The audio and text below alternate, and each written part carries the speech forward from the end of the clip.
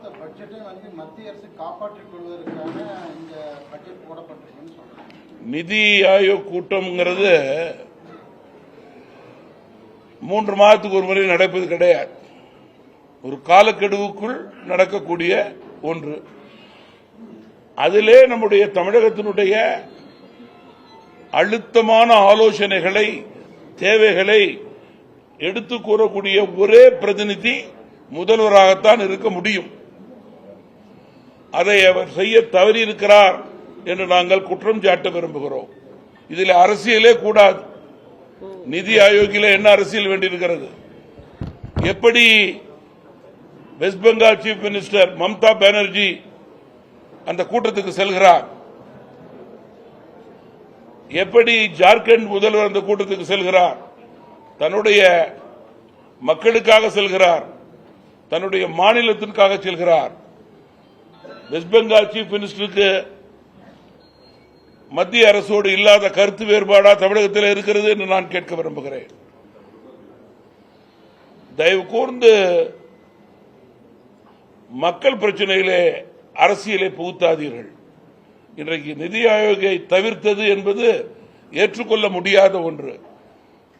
தமிழக மக்களுக்கு உங்கள் கடமையை நீங்கள் செய்யவில்லை என்று நாங்கள் மீண்டும் மீண்டும் குற்றம் சாட்ட விரும்புகிறோம். தமிழகத்தில் எந்த நிதியுமே கொடுக்குது, நிறைய பேலன்ஸ் இருக்குது, அவங்க வந்து கடிதம் போடுறாங்க, ஆனா எந்த நிதியுமே அங்க இருந்து வர்றது. எல்லா மாநிலங்களுக்கும் மாற்றாந்தான் மனப்பான்மை இல்லாமல் மத்திய அரசினுடைய தொகுப்பிலிருந்து அவர்கள் கொடுக்கும் திட்டத்திற்கு நிதி முறையே சரியே வந்து கொண்டிருக்கிறது. அதனை தாண்டி எந்தெந்த திட்டங்களுக்கு அதிகம் தேவையோ அந்தந்த திட்டங்களுக்கு படிப்படியாக எல்லா மாநிலங்களுக்கும் மத்திய அரசு அனுப்பி கொண்டிருக்கிறது. ஒரு பட்ஜெட்டிலே இந்தியாவில் உள்ள அத்துணை மாநிலங்கள் பெயரை சொல்லி அத்துணை மாநிலங்களுக்கும் பணம் கொடுக்க வேண்டும் என்றால் அது சாத்தியமில்லை. அது பிஜேபி அரசுக்கு மட்டுமல்ல, காங்கிரஸ் அரசுக்கும் சாத்தியமில்லை. அவர்களும் அதுபோல செய்தது கிடையாது.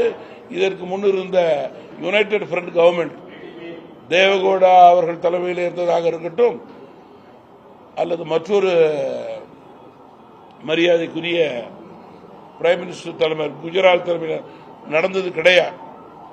எனவே உண்மை நிலைகளை மறைக்க வேண்டிய அவசியம் கிடையாது.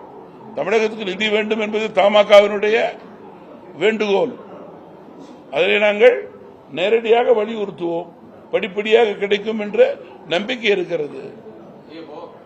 தமிழ்நாட்டில் கடந்த நடந்த பாராளுமன்ற தேர்தலில் ஒரு தொகுதியில் கூட நல்ல ஒரு நிலைக்கு பாஜக வரல அப்படின்றதுனால தான் தமிழகம் என்ற பெயர் கூட இந்த நிதிநிலை அறிக்கையில் வரல அப்படின்னு. அப்புறம் பிஜேபி ஜெயித்த மாநிலங்களுடைய பெயர் வரவில்லையே, அதற்கு என்ன காரணம் சொல்றது? ஜெயிச்சதுனால பேரை சொல்லன்னு சொல்றதா? இதெல்லாம் அரசியல் பேச்சு, வாக்கு வங்கிக்காக பேசுவது, மக்களை திசை திருப்பக்கூடிய பேச்சு. இதெல்லாம் உண்மையிலேயே எடுபடாத பேச்சுக்கள்.